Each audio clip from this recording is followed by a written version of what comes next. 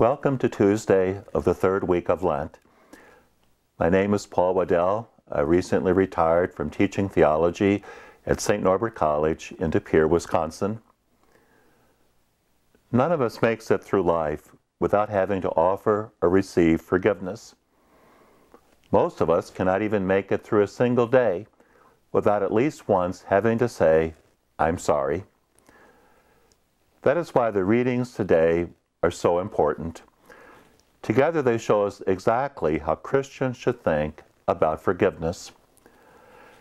In the first reading from the prophet Daniel, Azariah prays on behalf of all of Israel that God will be merciful to them and forgive them their sins. He says that the people approach God with a contrite heart and a humble spirit. That means they aren't hiding or denying their sins, but acknowledging them and are truly sorry for them. They know they need to be forgiven. They know they need God's mercy in order to be healed and brought back to life. Azariah's prayer is full of hope because he knows that even though God may be angry and disappointed and sometimes even exasperated with the people, God will never forsake them or give up on them.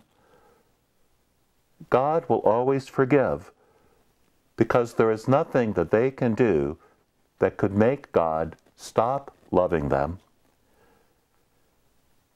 St. Paul of the Cross, founder of the Passionists, had the same insight about the infinite nature of God's love, mercy, and forgiveness when he looked at the cross.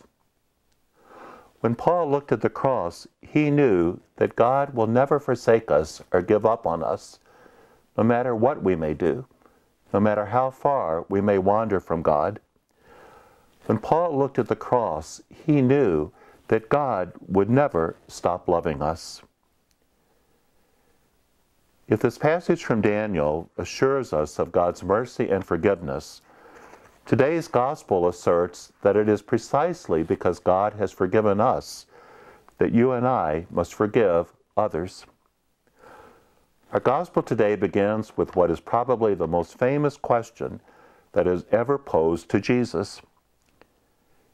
Peter asked Jesus, "Is it ever permissible to stop forgiving?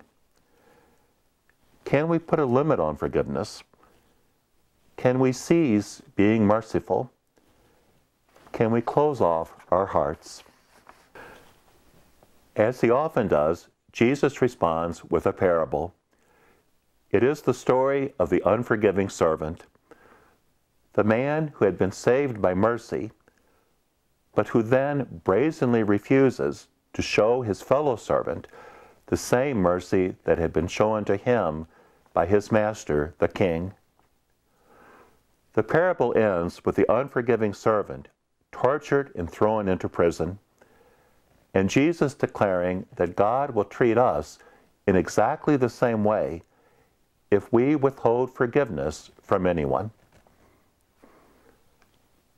None of us finds it easy to forgive. It's hard to forgive because in order to forgive, we must be willing to move beyond the justifiable anger, hurt, and bitterness we feel when we are unfairly treated by another. And forgiveness is risky because we can never be sure it will repair relationships damaged by thoughtlessness, carelessness, and unkindness. What if our forgiveness is refused?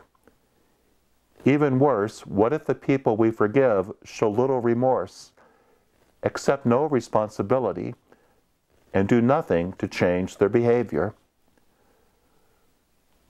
We've all heard stories of people who refuse to forgive, people who have held on to hurts and grudges for years.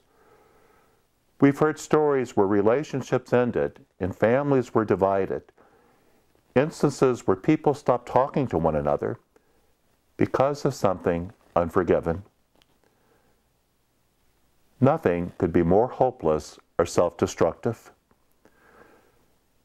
That is why Jesus doesn't suggest that we forgive, or wish that we forgive, our hope that we forgive, Jesus commands it.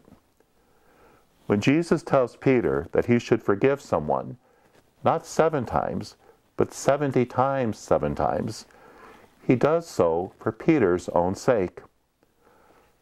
Like Peter, we should never close the door on forgiveness, not only because God didn't do that with us, but also because to close the door on forgiveness is to close the door on life.